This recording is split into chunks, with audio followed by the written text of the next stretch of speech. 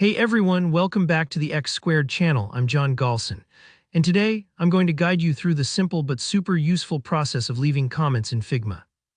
Whether you're collaborating with a big design team or just want to leave yourself a few notes for later, knowing how to properly leave comments in Figma can really speed up feedback and make your projects smoother and more organized. By the end of this tutorial, you'll feel confident jumping in and adding comments exactly where you need in your Figma files, so you never miss sharing important feedback or ideas. Alright, let's jump right into Figma and walk through how to leave a comment.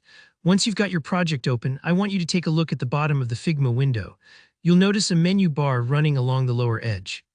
Now within that menu bar there are several icons, but the one you're looking for is shaped like a little speech balloon, almost like the bubbles you'd see in a comic strip. That's the comment icon.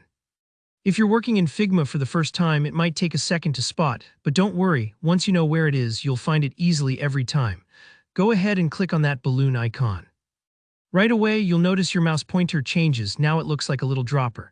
This dropper isn't for color picking. Instead, it's Figma's way of letting you know that you're in comment mode. Think of it like switching pens when you're reviewing a paper document.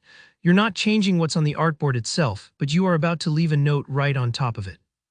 All you need to do next is click anywhere on your project where you want to make a comment. Maybe there's a button you think needs to be bigger, or you want to ask about a specific image placement. Your comment will be pinned right to that exact spot, making your feedback really easy for anyone else to find and respond to. And don't worry if you click in the wrong spot, you can always delete the comment or move it later if you need to. Figma makes it easy to keep things tidy. When you click, you'll see a small window pop up.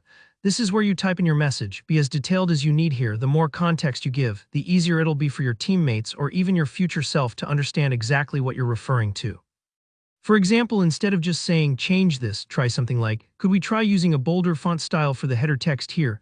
A specific comment is always more actionable, and that's really all there is to it.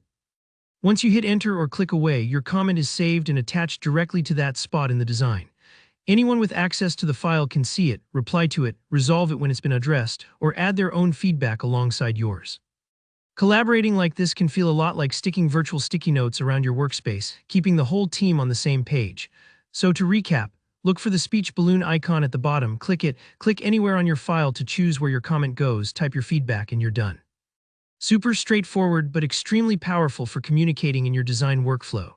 If this helped you out, let me know by hitting that like button and drop any questions you have in the comments below. I always enjoy reading them and helping you out. And don't forget to subscribe for more practical Figma tutorials and design tips right here on X Squared. Thanks so much for watching, and I'll see you in the next video.